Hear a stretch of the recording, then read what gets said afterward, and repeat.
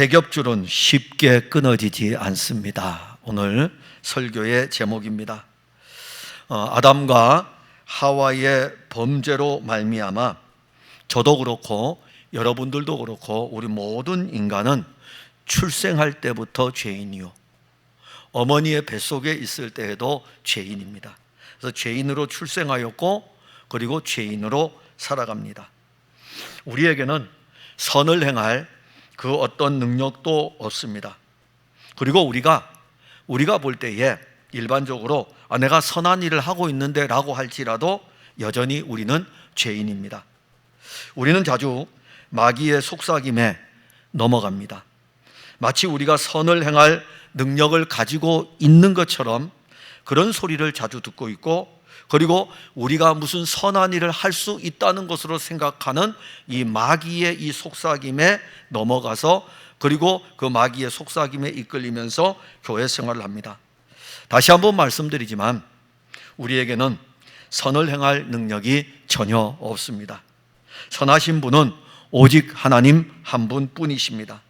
하나님은 자신의 선을 우리에게 주기 위해서 그의 아들을 이 세상에 보내었습니다.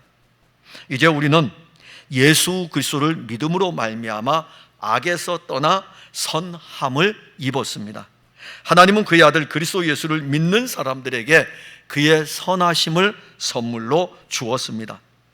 그런데 우리가 이 선함을, 그리스도 예수의 선함, 이 선함을 성령으로 말미암아 다 받았는데 이 선함이 늘 도전을 받고 있습니다.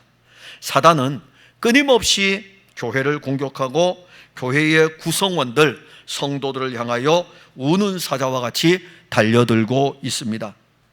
사탄이 교회를 공격하는 궁극적인 목적은 하나님의 선함이 그의 아들 그리스도를 통해서 우리에게 이루어진 이 일을 엎어버리는 거예요. 다른 거 없어요. 우리는 원래 선함이 없어요. 선함이 없는데 하나님이 그의 아들의 선함을 우리에게 주었어요. 그래서 우리는 성령으로 말미암아 이 선함을 믿음으로 다 받았고 지금 가지고 있습니다. 근데 사단은 끊임없이 교회를 공격하고 저와 여러분들을 공격하면서 하나님이 그리스도로 말미암아 우리에게 준 이 선함을 엎어버리는 거예요. 그래서 지금도 사탄은 우는 사자와 같이 우리에게 달려듭니다. 사탄의 이러한 공격은 사실 교회가 당했어요. 교회에게 먹혀들었어요. 사탄이 어떻게 하면은 사람들이 가지고 있는, 성도들이 가지고 있는 그리스도의 선함을 엎어버릴 수 있을까? 끊임없이 공격을 합니다.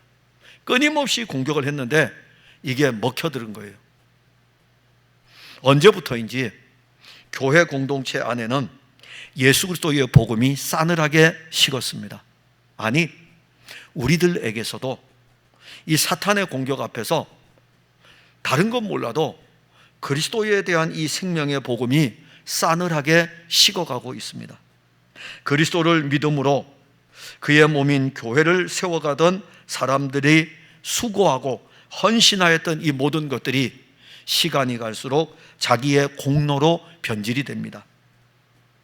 교회 안에 어느덧 이제부터는 그리스도의 은혜로 신앙생활 하던 사람들이 자기의 공로를 주장하는 사람들이 생겨나기 시작합니다.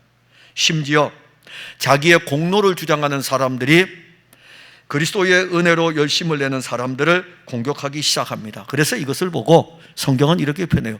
우리의 지나친 의가 그리스도의 의를 무시한 것입니다. 사탄은 교회를 향하여 열심히 수고하며 애쓰라고, 헌신하고 충성하라고 독려를 합니다.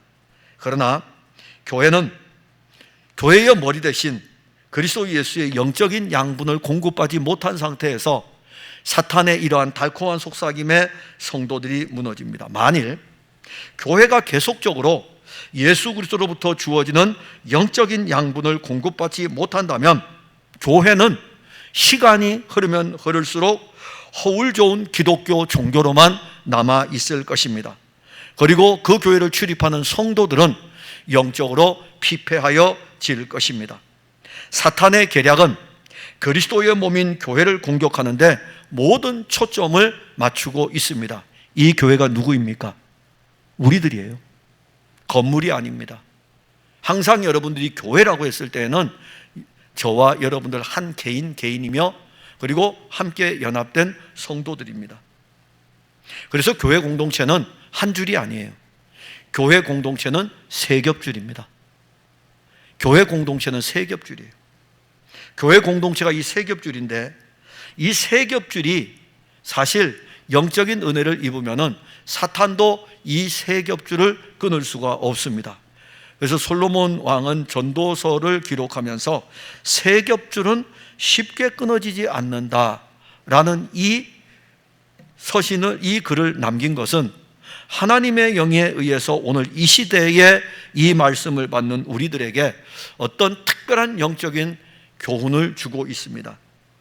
먼저는 개인의 신앙도 중요하지만 공동체의 연합도 중요합니다. 본문 9절에 보면 두 사람이 한 사람보다 나음은 그들이 수고함으로 좋은 상을 얻을 것입니다.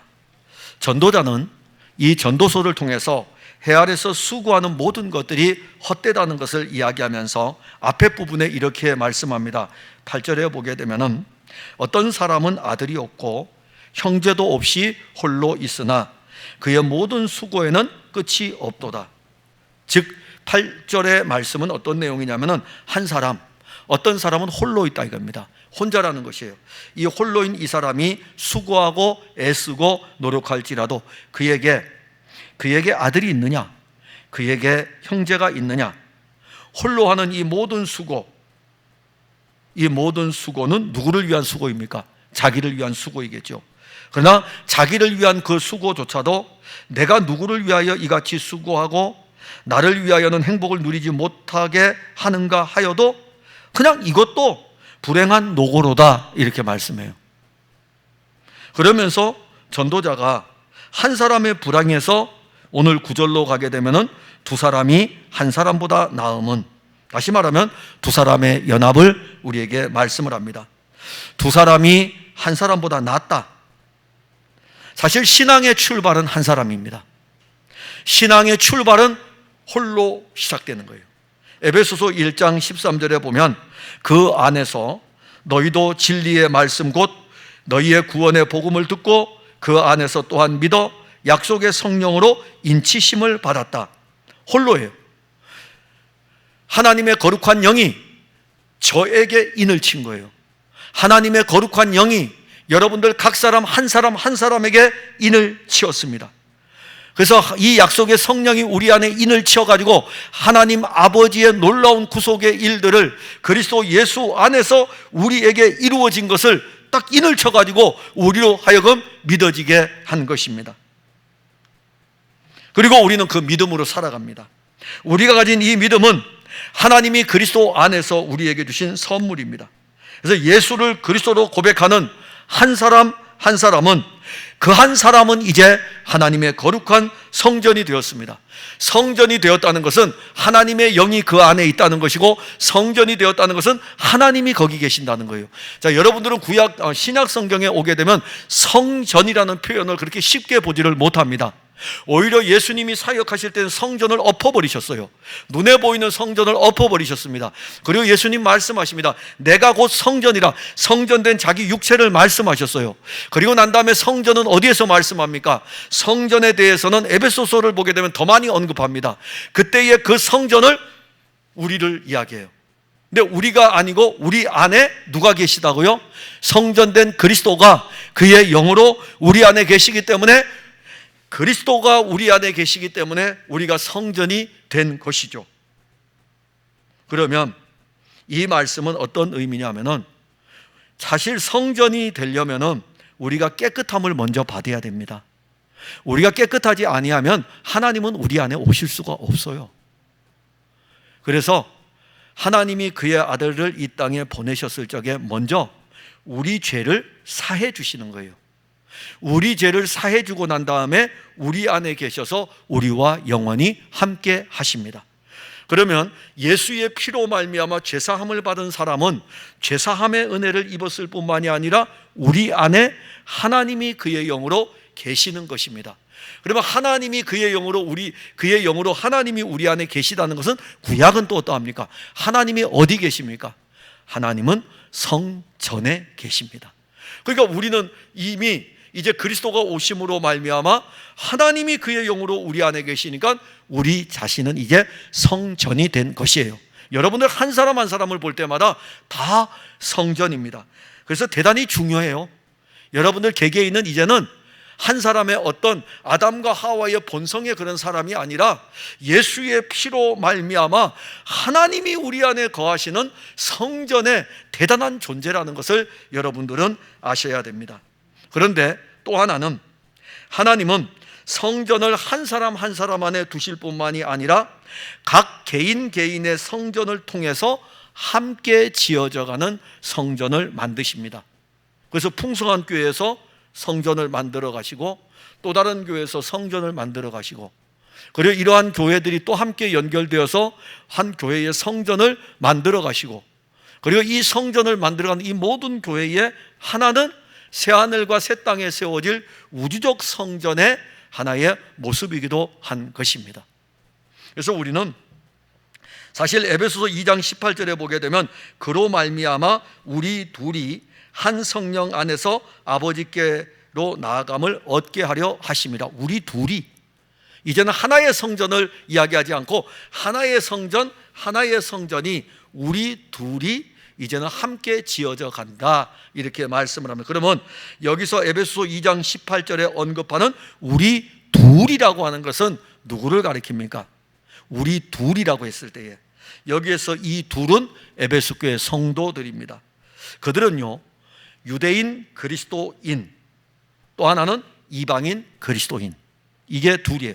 하나는 유대인 그리스도인들이고 하나는 이방인 그리스도인들입니다. 그러기에 에베소 교회 성도들의 수가 100명이 되든지 200명이 되든지 간에 에베소 교회 성도는 유대인 그리스도인과 이방인 그리스도인 이 둘을 이야기합니다. 에베소 교회 성도들은 예수 그리스도를 믿음으로 말미암아 이 둘이 유대인 그리스도인들과 이방인 그리스도인들이 한 성전으로 지어져 갑니다. 그러면 왜 한 성전으로 지어져 가야 하느냐 하는 분명한 뜻이 있어요.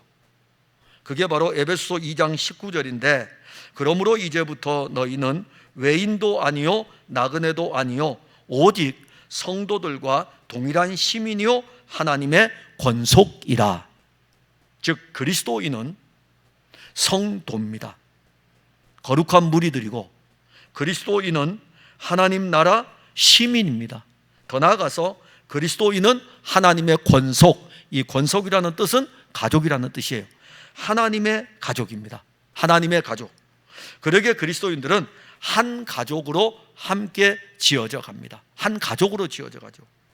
하나님은 우리 아버지이십니다. 그리고 우리는 하나님의 자녀입니다. 우리 모두는 하나님을 아버지로 모시고 그와 함께 사는 그의 자녀로 한 가족입니다. 그래서 에베소서 2장 19절에서는 너희는 하나님의 권속이라. 유대인 그리스도인들도 이방인 그리스도인들도 하나님의 권속, 한 가족입니다. 경상도 사람도 전라도 사람도 한 가족입니다. 예수 그리스도를 믿으면 어떤 당에 속해 있든지 간에 정치 사상이 달라도 예수 그리스도를 믿음으로 말미암아 한 가족입니다. 똑같이 하나님을 아버지라 부르고 하나님은 우리를 자녀라고 부르십니다. 에베소서 2장 21절과 22절에 보면 그의 안에서 건물마다 서로 연결하여 주 안에서 성전이 되어가고 너희도 성령 안에서 하나님이 거하실 처소가 되기 위하여 그리스도 예수 안에서 함께 지어져 가느니라. 제가 지난주 설교 말미에 비대면 예배에 익숙하여진 교회에 대해서 말씀을 드렸습니다. 정말 우리는 이제 지금 보면은 비대면 예배가 너무 익숙해져 있습니다. 그리고 예배뿐만이 아닙니다. 이 비대면은 우리의 신앙생활의 일상으로 자리를 잡아가고 있습니다.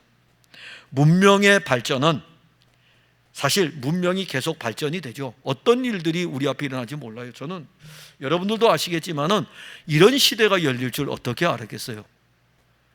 아니, 컴퓨터 시대가 열렸을 때만 해도 야, 신기하다 그랬는데 이제는 이 스마트폰 시대가 열리니까는요, 너무 급속하게 빨라지는 것 같아요. 너무 빨라요. 1800년대에 산업혁명인 기계가 이렇게 만들어졌을 적에 전기가 만들어질 때까지 시간이 오래 걸렸거든요. 전기가 만들어지고 컴퓨터가 만들어지는 시대까지 기계에서 전기로 올 때보다는 또 짧아졌어요. 근데 전기에서 이제 인공지능으로 가는 시간은 그보다 더 빨라집니다. 아주 빨라져요. 그래서 지금은 AI 시대, 인공지능 시대로 돌입하고 있습니다. 너무 빨라요. 자, 너무 빠르다 보니까는 앞으로 우리가 어떻게 대처를 해야 될지, 우리 스스로도 어떻게 대처를 해야 될지 모를 정도입니다. 그래서 이 문명의 발전으로 인해서 비대면은 사회 모든 분야에 나타나고 있습니다. 여기 우리 어르신들 나와 계신데, 참 어르신들 은행에 일 처리를 하려면 너무너무 힘들죠. 그럴 것 같아요. 제가 재작년인가 언제에 한번 국수가 먹고 싶어가지고 제 아내하고 국수를 먹으러 갔는데, 나 참 세상에 국수집에서 이 지금 패스트푸드점에 있는 이 주문하는 게 있더라고요. 그걸 처음 딱 대했는데, 이거를 어떻게 해야 될지 몰라가지고 시간이 오래 걸리는 거예요. 다행히 국수집에는 젊은 사람들이 많이 안 오기 때문에 오랫동안 있어도 상관이 없어요. 하나하나 눌러도. 근데 패스트푸드점에 갔을 때는 뒤에 줄이 서 있으니까는 이렇게 누르면서 보면은 하다 보면 실수하고. 제가 천안으로 자주 가는데 한 번은 가락국수를 먹는데 이렇게 했거든요. 늘 하던 대로 했는데 딱 실수가 된 거예요. 그래서 가락국수 하나에 비빔밥 하나가 된 겁니다. 이 두 개를 어떻게 다 먹어요? 그래가지고 이 나온 거를 또 어디서 또 이걸 정산을 해야 될지 이걸 고민했어요. 딱 한 10초 동안 두 개를, 그러면은 이게 창피한데 두 개를 그냥 갖다 놓고 그냥 여기도 조금 먹고 저기도 조금 먹고 버려야 되겠다 이 생각을 하다가, 아니야, 돈이 아까운데 가서 이야기해야 되겠어. 그래서 이제 데스크에 가서 이야기를 했어요. 제가 정말 죄송하다고, 제가 이렇게 하다가 실수를 해가지고 저 혼자인데 이렇게 음식이 두 개 나왔다고. 그러니 이분이 가져가가지고서 저에게 주세요. 그래서 영수증 가져가가지고 하나 눌러가지고 다시 해가지고 환불을 받기는 받았어요. 좀 불편하더라고요. 요즘은 연세 드신 분들은 은행을 사실 가게 되잖아요. 근데 젊은 사람들은 은행 안 가고 그냥 이걸로 다 처리를 하지 않습니까? 많이 바뀌었어요. 제가 왜 이 말씀을 드리냐면, 문명의 발전은 이 비대면이라는 것이 모든 분야에 나타납니다. 그리고 비대면으로 공동체가 활동을 합니다. 제가 여러분들에게 던져보고 싶은 질문이 하나 있습니다. 하나님은 전지전능하신 분이십니다. 하나님은 모든 것을 아시는 분이십니다.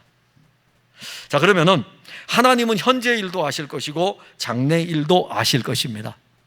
하나님은 과거와 현재와 미래의 모든 일들을 주관하시는 분이십니다. 그렇다면 하나님은 문명이 발달하여 이 세상에 비대면의 시대가 올 것이라고 생각했을까요? 안 했을까요? 물어보는 겁니다. 그냥 여러분들 가족들끼리 한번 서로 좀 이따 예배 끝나고 한번 나눠보시길 바랍니다. 이 세상 마지막까지도 사실은 하나님의 뜻에 달려 있어요. 하나님은 우리가 전지전능하시다 그러고 모든 것을 아시는 분이고 앞의 일들도 하나님의 뜻대로 주관하여 갑니다. 근데 우리가 이 비대면 시대를 이렇게 맞이했을 때에 하나님은 과연 비대면 시대가 올 것을 알았을까? 하나님은 다 아셔요. 다 아십니다. AI 시대도 아셔요. 하나님은 AI보다 더 뛰어나시거든요. 하나님은 다 아셔요. 그래서 인간들이 만드는 모든 문명들을 보면서 자식들 내가 더 잘하는데 다 아셔요. 근데 하나님의 성령이 히브리서의 저자를 통해서 우리에게 하시는 말씀을 우리가 보아야 됩니다. 히브리서 10장 24절과 25절에 서로 돌아보아 사랑과 선행을 격려하며 모이기를 패하는 어떤 사람들의 습관과 같이 하지 말고 오직 권하여 그날이 가까움을 볼수록 더욱 그리하자. 자, 이 편지는 언제 쓰여졌을까요? 히브리서는 AD 64년에서 67년경에 쓰여졌습니다. AD 64년에서 67년. 오순절날 성령이 언제 강림했습니까? AD 30년경으로 성령이 강림했다고 하냐면은, 자, 30년 전에 AD 30년경에 성령이 강림했을 때에는 어떤 교회였습니까? 예루살렘 교회였죠. 예루살렘 교회는 그냥 모이기를 좋아했어요. 시와 찬미를 불렀어요. 찬송하면서 시편의 글들을 읽고 너무너무 좋아했어요. 함께 모여가지고 성도들이 하나님에 대해서 이야기를 하고 그리스도에 대해서 이야기하는 것을 너무너무 좋아했어요. 얼마나 좋아했는지 집에 돌아가서도 그 말씀의 떡을 계속 뗄 정도로. 자, 우리는 어떠합니까? 우린 예배를 드리면 여기서 예배 드리고 나가면 집에 가면 끝이잖아요. 끝인데 그때 당시에 교인들은 함께 모여서 교회에 있는 시간도 1시간이 아니에요. 2시간이 아니에요.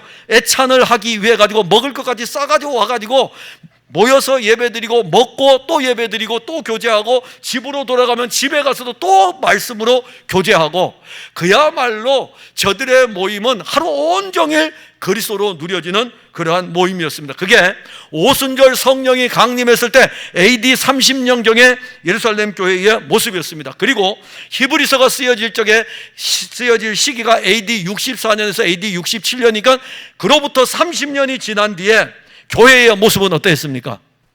모이기를 꺼려했습니다. 모이기를 꺼려했어요. 성도들이 모이면 그리스도의 사랑을 서로 공급하고 그리스도의 일을 이루어가는 것에 대해서 사랑과 선행을 서로 격려하라 이겁니다.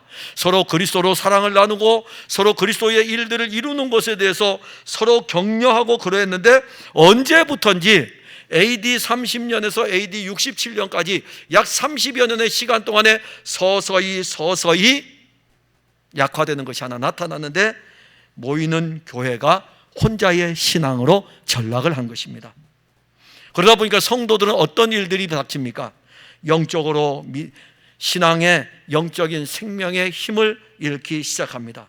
그래서 히브리서의 저자가 이러한 교회의 문제점을 찾아가지고 각 사람들이 서로 권면하여 가지고 그리스도의 날을 기다리면서 모이기를 힘쓰라고 말씀했습니다. 자, 그럼 그때에 하나님의 거룩한 영이 그 말씀을 기록할 때에 2000년 전이잖아요. 지금부터 2000년 전에. 그럼 2000년 뒤의 일을 모를까요? 다 아셔요. 우리 하나님은 모든 걸 다 아셔요. 과거뿐만이 아니라 장래에 일어날 모든 일도 아시고 마지막 때가 언제인 것도 하나님은 아십니다. 그러기에 그의 영을 통해서 히브리서를 기록할 때에는 그때 당시만 보고 기록한 것이 아니라 지금의 현재도 말씀하고 있고 장래의 일들에 대해서도 그 안에서 말씀하고 있습니다. 분명 비대면은 영상을 통한 공동체입니다. 문명의 발달로 비대면이 빠르게 자리를 잡을 것입니다. 그리고 교회는 빠르게 자리를 잡는 비대면에 익숙해질 거예요. 물론 당연히 비대면에 또 익숙해질 수도 있습니다. 그 비대면이 공동체에 유익을 주는 방향으로 사용이 돼야 돼요. 공동체에 유익을 주는 방향으로. 그리스도인은 공동체에 유익을 주는 방향으로 비대면을 사용할, 왜냐하면 문명을 우린 떠날 수 없어요. 문화를 떠날 수는 없습니다. 그 문화 안에서 살아야 되기 때문에 이 비대면을 잘 활용을 해야 됩니다. 그리스도인은 그와 함께 또 뭘 받았습니까? 생명을 공급받아 생명을 호흡하는 성도들입니다. 그 영적 호흡이 어떻게 이루어져야 되냐면 그리스도인들 간에 상호 서로 교통하면서 교제하면서 서로 이루어져야 됩니다. 그러면은 어떤 일이 일어나야 되냐면은 이제 교회는 또 한 면에서는 모이기를 힘써야 됩니다. 사탄의 계략은요, 둘 이상의 모이는 교회 공동체를 하나로 두려고 해요. 하나로 두어야만이 이 세력을 쓰러뜨릴 수 있기 때문입니다. 우리가 이러한 사탄의 계략을 안다면 개인의 신앙을 점검해야 돼요. 근데 또 하나가 있어요. 코로나라고 하는 이 사태는 국가 방역과 관계된 사건입니다. 그리고 전염과 관계된 사건이에요. 그렇기 때문에 국가의 방역 시책은 분명히 나옵니다. 계속 나와요. 그러면서 이 방역 시책 안에서 함께 세워지는 교회를 우리는 충분히 세워갈 수 있습니다. 저도 1년 6개월 전에 이 코로나 사태를 맞이해가지고 목회자인 제 자신도 어리둥절할 정도로 그냥 흘러서 이렇게 왔어요.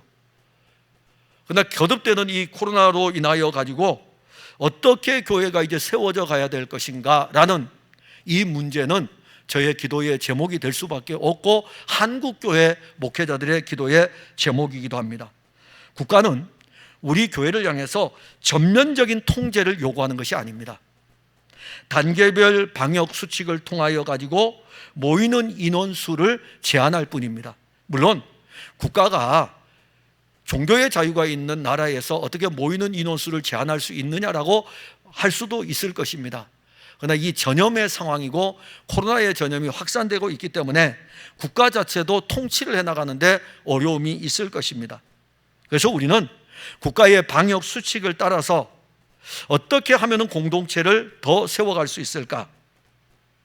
국가의 방역 수칙을 따라서 인원수가 제한이 되어 있다면 우리는 그 제한된 인원수에서 함께 얼굴과 얼굴을 맞대어 예배드릴 수 있지 않을까? 지금처럼요. 지금 여기 앉아 계신 분들이 한 30여 명 분 되는데 그래요. 이렇게 우리는 얼굴과 얼굴을 맞대어 예배드릴 수 있습니다. 우리 교회가 30명이거든요. 30명까지. 그러면 어떻게 하면 되겠는가? 우리 교인들이 돌아가면서 예배를 참석하여 풍성한 교회 공동체, 그리스도의 생명으로 연합된 두 사람의 공동체를 우리는 세워갈 수 있습니다. 이렇게 해야 될 이유가 분명히 있습니다.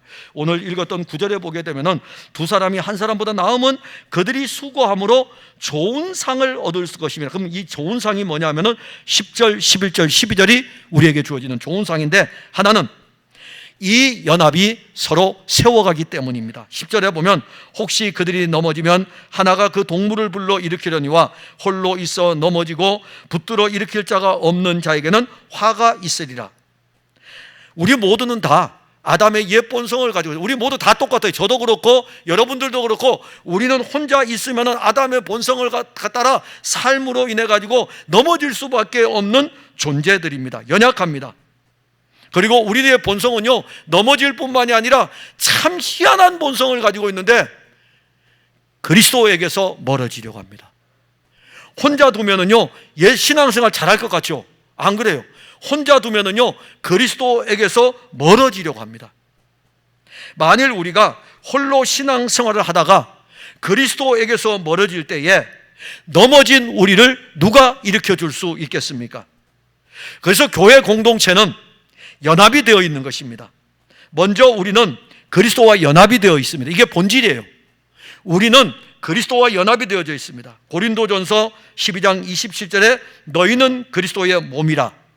골로새서 1장 18절에 그는 몸인 교회의 머리시라. 그가 근본이시고 죽은 자들 가운데서 먼저 나신 이시니 이는 친히 만물의 으뜸이 되려 하심이라. 교회와 그리스도는 머리와 몸의 관계로 떨어질 수 없는 관계이며 한 몸입니다. 우리는 지체로서 한 몸의 교회로 그리스도와 연합이 되어져 있습니다. 그러면서 고린도전서 12장 27절에는 너희는 그리스도의 몸이요 지체의 각 부분이라. 즉 교회와 그리스도는 머리와 몸이라면 이 몸에는 많은 지체가 있다 이겁니다. 이 몸의 지체라. 그래서 바울은 고린도 교회에 편지를 쓰면서 지체의 연합에 대해서 한 몸의 교회로 세워지도록 이렇게 말씀을 증거합니다. 그리고 고린도전서 12장 24절, 25절, 26절에 우리의 아름다운 지체는 그럴 필요가 없느니라. 오직 하나님이 몸을 고르게 하여 부족한 지체에게는 귀중함을 더하사 몸 가운데 분쟁이 없고 오직 여러 지체가 같이 서로 돌보게 하셨느니라. 만일 한 지체가 고통을 받으면 모든 지체가 함께 고통을 받고 한 지체가 영광을 얻으면 모든 지체가 함께 즐거워하느니라. 갈라디아서 6장 2절에서는요 너희가 서로 짐을 지라 그리하여 그리스도의 법을 성취하라.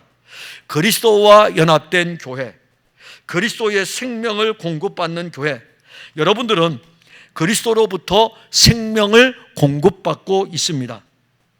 그러나 우리들 중에 일부는 영적 생활이 성장하여서 자꾸 자라가야 되거든요. 성장하여서 그리스도의 장성한 분량으로 쉼 없이 나아가야 됩니다. 그런데 그러지 못합니다. 어저께 제가 저녁에 들어오는데 우리 교회의 젊은 집사님 부부가 왔어요. 그래서 교회 들어왔다 이렇게 나가다가 만났어요. 제가 어쩐 일로 왔어? 이렇게 했더니 그 집사님 부부가 아이가 돌이었던 거예요. 그래서 아이는 차 안에서 자고 있어요. 그래서 제가 이렇게 물었어요. 돌이라고 하니까는 제가 물었어요. 이제 걷겠네?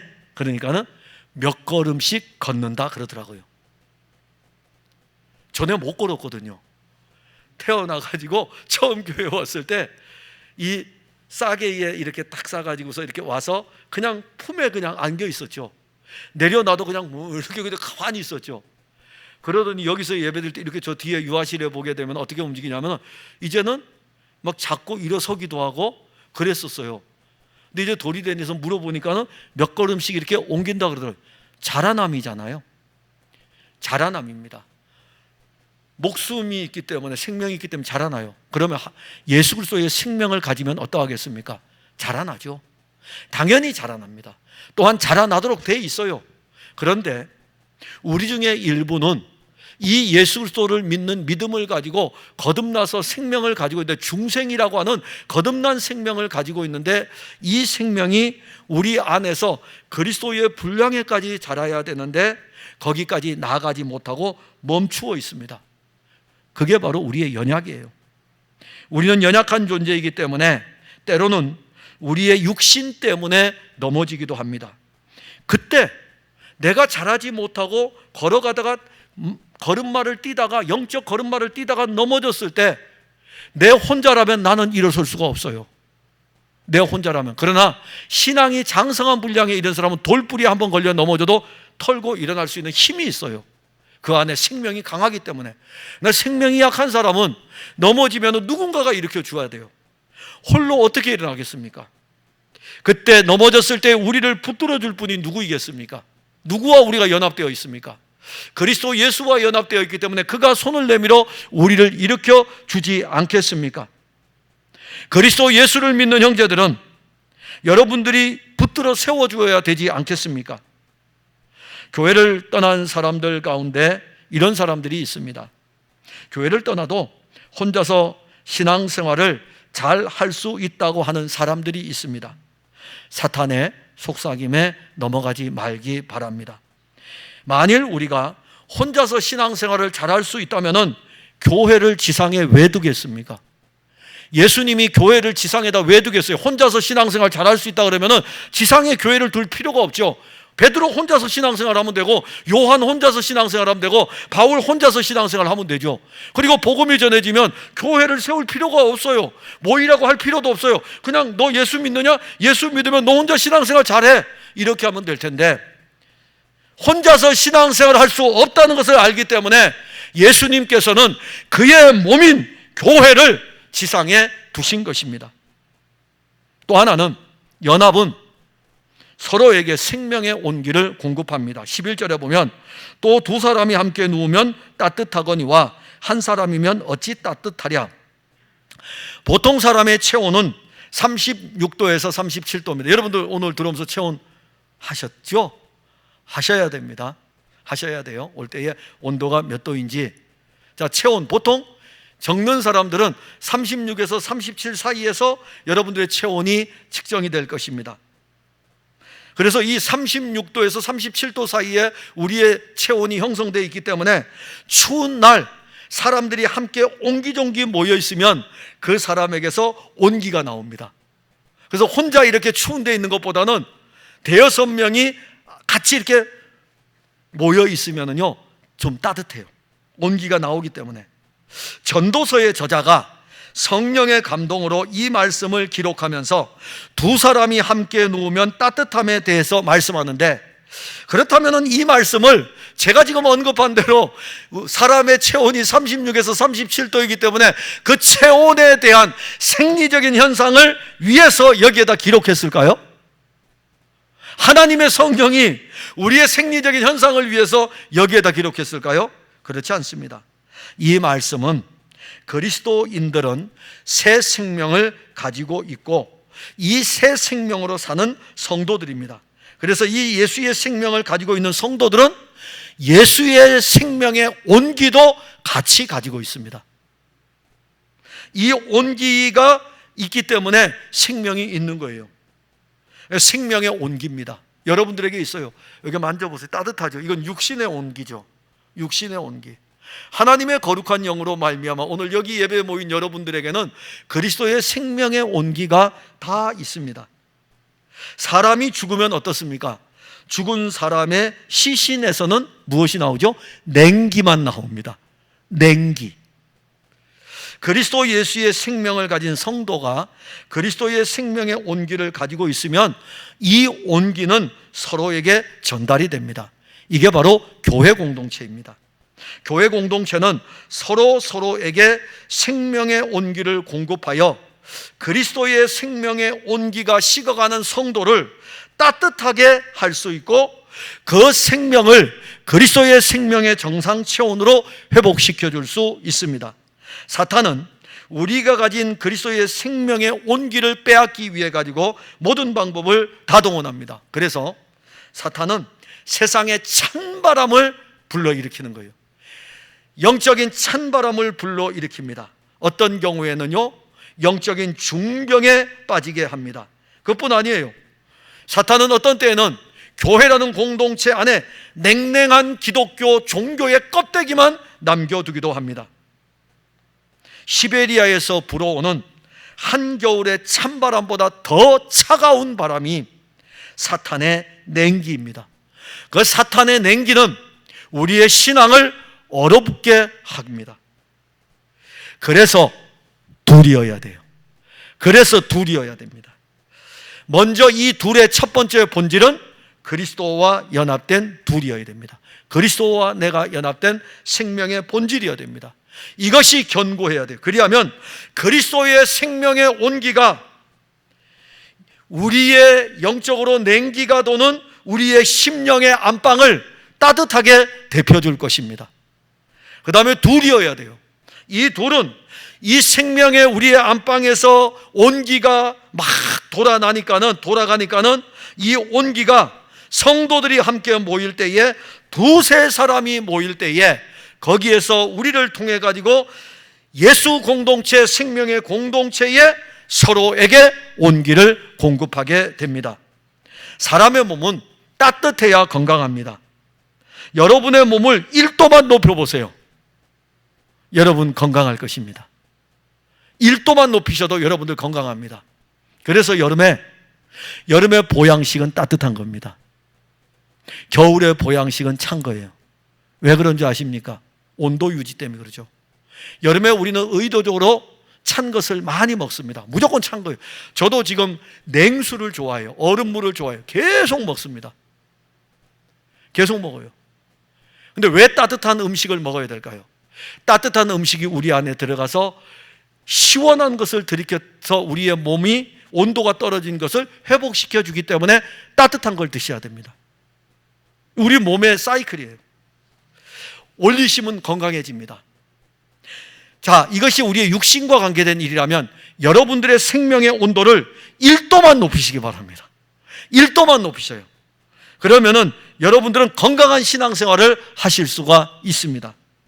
그리스도는 싸늘하게 식은 우리에게 생명의 온기를 주십니다.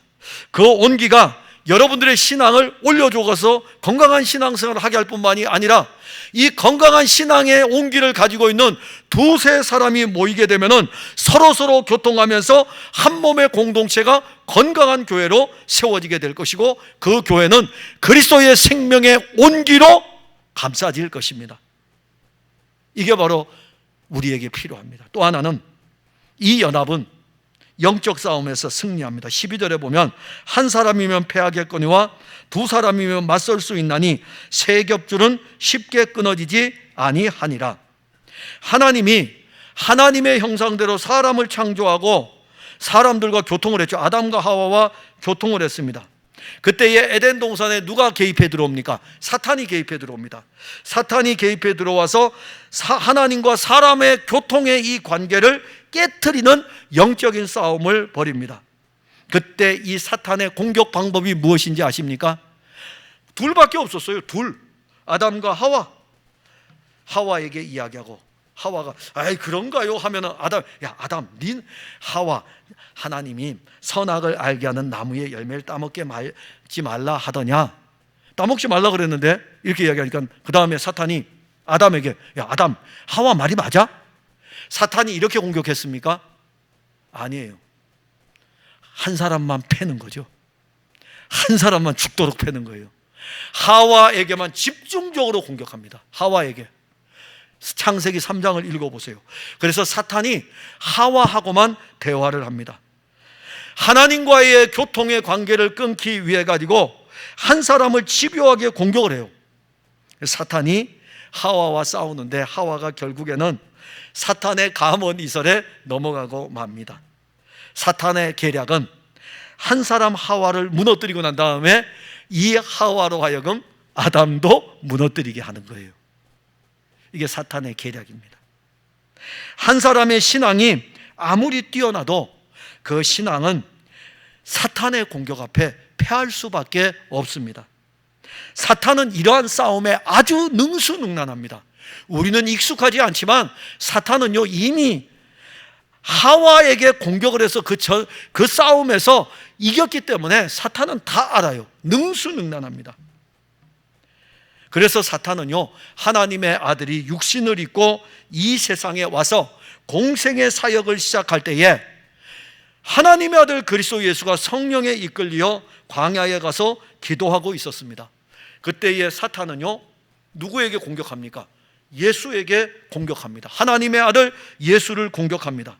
그런데 하나님의 아들 예수 그리스도는 말씀 자체이시잖아요. 말씀이 육신이 되어 이 땅에 오신 분이십니다. 말씀 자체이셔요. 그래서 그분은 말씀으로 사탄의 공격을 물리쳤습니다.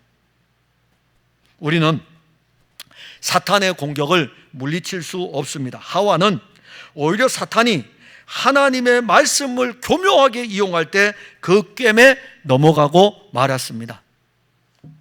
예수님의 12 제자들을 보시기 바랍니다.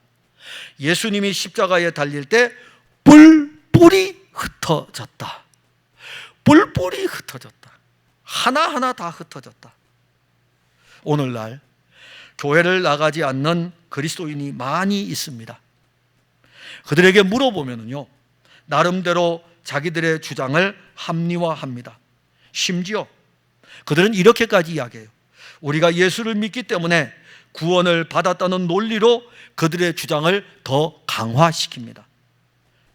그렇지만 그리스도께서 그의 몸인 교회를 세우시고 그 교회들 가운데 사실 문제가 없던 교회가 어디 있습니까? 고린도 교회는 수많은 문제들을 안고 있었습니다. 한 몸의 지체인 교회 공동체에 대해서 계속 말씀합니다. 에베소 교회는 유대인 그리스도인들과 이방인 그리스도인들이 높은 담을 쌓아가지고 서로 반목하고 질시했습니다. 빌립보 교회는 요디오와 순두개를 중심으로 해서 싸우다 보니까 교회가 기쁨을 잃어버렸습니다. 로마 교회는 유대인 그리스도인들이 교회 안에 율법적 신앙을 자꾸 심어서 교회를 어지럽혔습니다. 갈라디아 교회는요 예외 없이 율법적 신앙인들 때문에 골머리를 앓고 있었습니다. 다 나오는 거네요. 로마서, 고린도전서, 고린도후서, 그 다음에 또 어디입니까? 갈라디아서, 빌립보서, 에베소서. 신약 성경에 나오는 언급되고 있는 이 편지를 쓴 교회들이 다 이런 문제를 안고 있었습니다. 오늘날 교회를 다니지 않으면서 나 혼자 예수 잘 믿으면 된다고 하는 사람들의 공통점은 이렇게 이야기합니다. 교회가 문제가 많다고. 당연히 많죠. 고린도 교회도 문제가 많고, 에베소 교회도 문제가 많고, 빌립보 교회도 문제가 많고, 데살로니가 교회도 문제가 많고, 로마 교회도 문제가 많고, 갈라디아 교회도 문제가 많고, 문제 없는 교회가 어디 있습니까? 다 문제가 있습니다. 다 문제가 있어요. 문제 없는 교회는 하나도 없습니다. 그리고 교회를 향해서 사랑이 없다고 이야기합니다. 그리고 또 이렇게 이야기하죠. 나 교회 가면 이제 그런 사람들 보기 싫어. 사람들이 보기 싫다고 합니다. 또 더 나아가면은요, 나 교회 가는 일들이 마음에 안 들어. 그래서 교회를 부정적으로 생각하는 사람들이 너무 많습니다. 교회를 다니지 않는 사람들, 나는 예수는 믿지만 교회 안 다녀. 교회 안 다니는 이유가 뭐예요? 교회 다니지 않는 핑계가 한두 가지가 아닙니다. 사도들이 세운 교회들도 이렇게 많은 문제가 있는데 오죽하면 그런 문제 때문에 사도행전 15장에서는 예루살렘 교회에서 회의가 열리지 않았습니까? 그 회의에서 어떤 결과가 나온지 압니까? 교회가 너무 시끄러운 거예요. 유대인 그리스도인하고 이방인 그리스도인 때문에 교회가요, 예루살렘 교회만 힘든 게 아니라 세워진 로마 제국 안에 있는 모든 교회들이 너무너무 힘든 거예요. 그래서 이거 안 되겠다, 회의를 열어야 되겠다. 사도행전 15장에서 회의를 열었어요. 회의의 결과 어떻게 나왔는지 아십니까? 여러분, 교회 없앱시다. 우리 각자가 예수 잘 믿읍시다. 이렇게 15장에 기록했을까요? 아닙니다. 사도행전 15장 11절에 보면 오히려 서로의 부족과 연약을 찾으면서 우리는 그들이 우리와 동일하게 주 예수의 은혜로 구원받은 줄을 믿노라. 우리의 모습을 보셔야 돼요. 만일 그리스도께서 교회가 이 세상에 필요 없다고 생각하였다면 왜 교회를 그리스도의 몸이라고 하였을까요? 왜 성도들은 그 몸의 지체라고 하였을까요? 여러분들 중에 만일, 저 지금 왼팔이 조금 아프거든요. 잠을 이렇게 자는 습관이 있어서 아픈데 어떤 때 순간에 가면 이 팔이 아파요. 이 팔이 아프다고 이 팔 잘라버릴까요? 이 팔이 아프다고 이 팔 잘라버릴까요? 저는 목이 많이 경직되어 있습니다. 그래서 이렇게 만지면 딱딱해요. 풀어줘야 되는데 지금 못 풀고 있는데, 여기 경직되어 있다고 해가지고 여기 아프면은 이거 잘라버릴까요? 그럼 미련한 사람은 없을걸요? 없을 겁니다. 그럼 미련한 사람이 어디 있어요?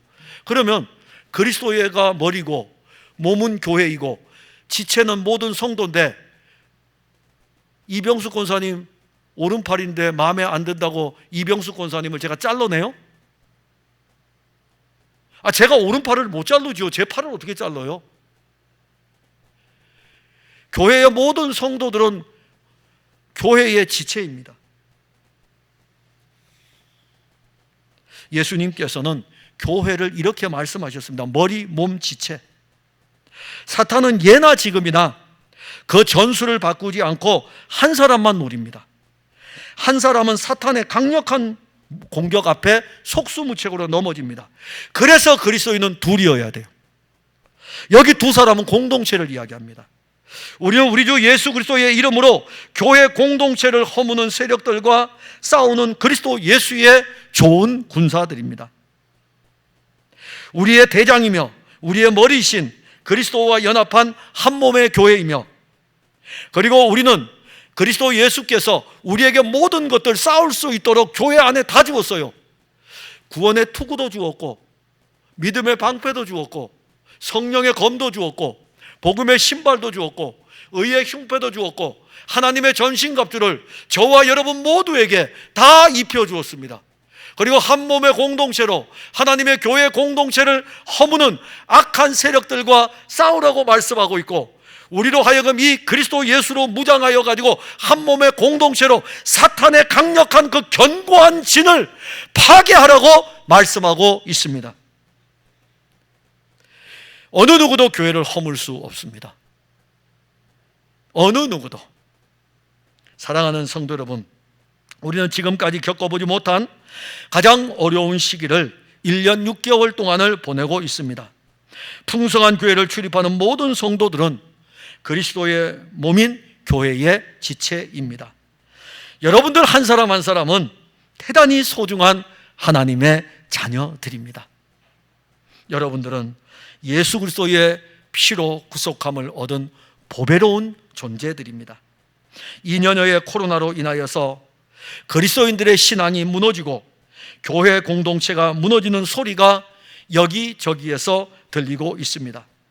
저희 교회는 국가의 방역 대책을 준수하면서 여러분들이 교회에서 안전하게 대면 예배를 드릴 수 있는 방안을 이제부터 강구할 것입니다. 당분간 4단계 방역 대책으로 인하여서 교회에 모일 수 있는 인원은 30명 이하입니다. 이제부터 30명 이하로 모이는 인원을 가족별로 예배에 수정두는 인원이 한 10여 명 이하예요. 그 10여 명 이하를 제외하면 20여 명은 예배에 참여할 수 있는데, 요 20여 명을 이제부터 가족별로 아니면은 가족별로 또 기관별로 해서 어떤 상황을 쓰는 간에 될 수 있으면 제일 먼저가 가족별로. 예를 들어 가지고 우리 교회 은퇴하신 장로님인 이상백 장로님이 계시면은 이상백 장로님과 그 다음에 이경순 권사님과 이동희 집사님과 신동숙 집사님과 이주연 주일학교 학생 5명이죠. 그 가족이죠. 이 라인이 이렇게 돼 있죠. 요 5명이 예배를 드리러 나오고, 그러면 20명 정도니까 또 다른 가족에게 연락을 해가지고 그 가족도 이렇게 맞추어 가지고 요 안에서 30명 이하로 예배 드릴 수 있도록, 그래서 돌아가면서 대면 예배에 참석할 수 있도록 그렇게 하려고 합니다. 그러면 어떻게 시행하냐면은 금요일이 되면 우리 교회의 전사님이, 제가 미리 전사님과 이렇게 해가지고서 다 짤 거예요. 금요일이 되면 우리 교회 전사님이 예배에 참석할 수 있는 가정에게 전화를 드릴 것입니다. 할 수 있으면 풍성한 교회 성도들은 정하여진 날에 교회에 나와 대면의 예배를 참석하면 될 것 같습니다. 그럴 때에 혹시 여러분들 중에 내가 양성자와 밀접 접촉자가 되었다면 말씀하시면 돼요. 그래서 저는 자가격리 기간입니다. 안 나오셔야 되겠죠. 그래서 그런 것들을 다 말씀하시면 돼요. 근데 제가 요즘 몸이 안 좋습니다. 당연히 말씀하시면 그분은 다음 기회로 이렇게 패스하면 되니까는, 그래서 일일이 이렇게 쭉 짜가지고서 한 분 한 분 이렇게 전화를 드릴 것입니다. 그리고 예배를 드리고 난 다음에는 교회는 방역을 또 철저히 할 것입니다. 우리가 이러한 방법을 통하여 한 몸의 교회 공동체를 알아가고 함께 세워가고 함께 이렇게 대면의 예배를 드리고 나서 그리스도의 온기를 같이 나누는 것입니다. 자, 어려운 상황입니다. 그러나 아무리 어려워도 로마 제국 시대보다는 어렵지는 않습니다. 분명 우리는 지금 이렇게 예배를 드려도 오늘 화성시청에서 공문이 왔는데, 어떤 공문이냐면은 지하의 교회들을 점검하라고 왔어요. 지하의 교회, 소수로 모이는 작은 교회를 점검하라고 왔어요.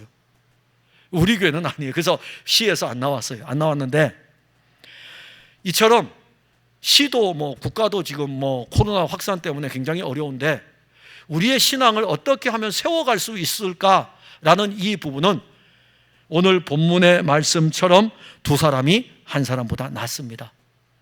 이 부분을 우리가 고민하면서 같이 기도하고 같이 이렇게 세워가야 됩니다. 그리고 코로나 때뿐만이 아니라 코로나 이후에도 우리 풍성한 교회 성도들, 각 성도들 한 분 한 분에게는 그리스도 예수의 생명의 온기가 퍼져나가고, 또 하나는 그리스도 예수의 이름으로 영적 싸움을 하여 사탄의 견고한 진도 파하는 그러한 놀라운 일들이 여러분들 신앙 가운데 있기를 바랍니다. 기도하겠습니다. 하나님, 은혜를 감사합니다. 참 많은 시기, 어려운 시기, 여러 일들 복잡합니다. 어떻게 신앙생활을 하면 잘할 수 있을까? 모든 성도들이 가진 영적인 고민이기도 합니다. 그러면서도 또 껍데기만 남아가는 우리의 모습을 볼 때에 우리의 연약도 발견하게 됩니다. 그리스도로부터 생명을 공급받지 아니하면 우리는 설 수가 없습니다.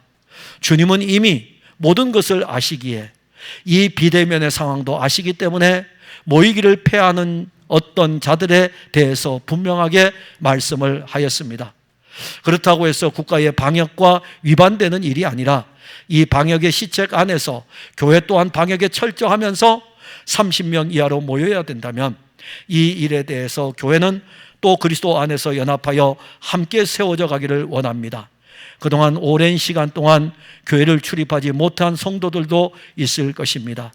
그럴지라도 우리가 그리스도 안에서 이제는 서로가 함께 동역하고 함께 온기를 나누고 함께 영적 싸움을 하고 넘어진 자를 함께 이렇게 세우면서 같이 달려가야 됩니다. 이 일에 우리 주의 은혜가 있기를 원하며 모든 사랑하는 성도들에게 그리스도의 영적 생명이 풍성하게 흘러 기쁨과 즐거움으로 함께 세워져가는 교회가 되도록 이끌어 주옵소서. 세 겹줄은 쉽게 끊어지지 않습니다. 그리스도가 연합한 우리를 누가 끊을 수 있겠습니까? 주 예수 그리스도께서 이 교회를 붙들고 모든 성도들을 붙들고 이끌어 주옵소서. 예수님 이름으로 기도하옵나이다. 아멘.